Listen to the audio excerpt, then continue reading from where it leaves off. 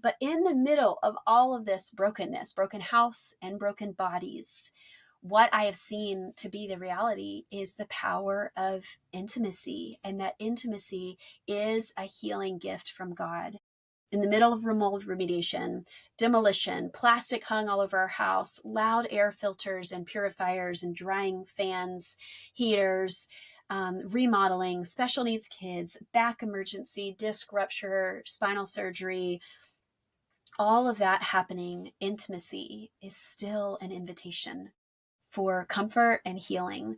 And while I used to think that sex was about the right lighting and the right romance and the right mood and the right drive, all of that has gone out the window in our marriage because we've learned the power of leaning in for sexual intimacy in the darkness, in seasons of struggle, in seasons of suffering. And so, what Wyatt and I were remarking on in this last week is even in the fragility of post surgery, mind you, with the doctor's permission, celebrating and honoring the gift of physical intimacy, just skin to skin closeness when there's so much fragility. And then slow sex as you're capable, just being close, being one flesh with very little movement, even. This is really real. I'm being honest with you guys, but this is real life, like post surgery trauma release, a sense of comfort in pain, a sense of closeness and care and vulnerability. That is the power of sexuality in reality.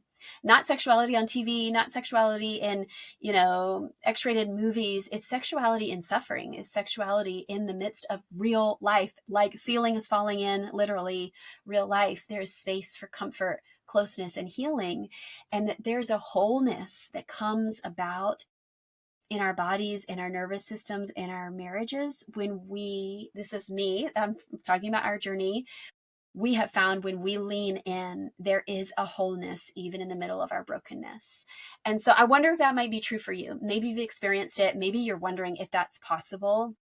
My heart in telling you this is to be transparent and vulnerable with real life, because that is the gift of sexuality in real life, is that it's not about the right lighting or the right drive and everybody's moods matching up. It's about leaning in for closeness and intimacy when life is hard, when life is coming at us, when we don't have the capacity to be sexy, to be a good performance in bed, but we just show up and say, I want to be close to you. I want to be one with you.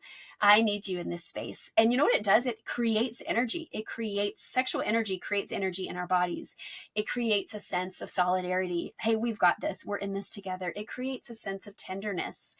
It creates a sense of gentle care that I could, do everything. Here's your water. Here's your blanket. Let me care for you. But there's something about being close in our bodies and being naked and unashamed together in our weakness, in our most vulnerable states, that makes us feel like we could face anything together. And I'm telling you this, like, we have very broken bodies.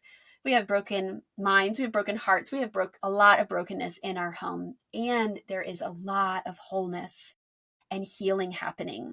Our kids, though we struggle, though we are walking with a limp, they have a profound sense of wisdom and a profound sense of perspective and strength and steadfastness ingrained in them. And I think part of it is because we have leaned into closeness and connection in our marriage and in the way we talk with our kids about hard things. There's just this sense of, though we are broken, there is wholeness here. Though we are limping, there is restoration happening.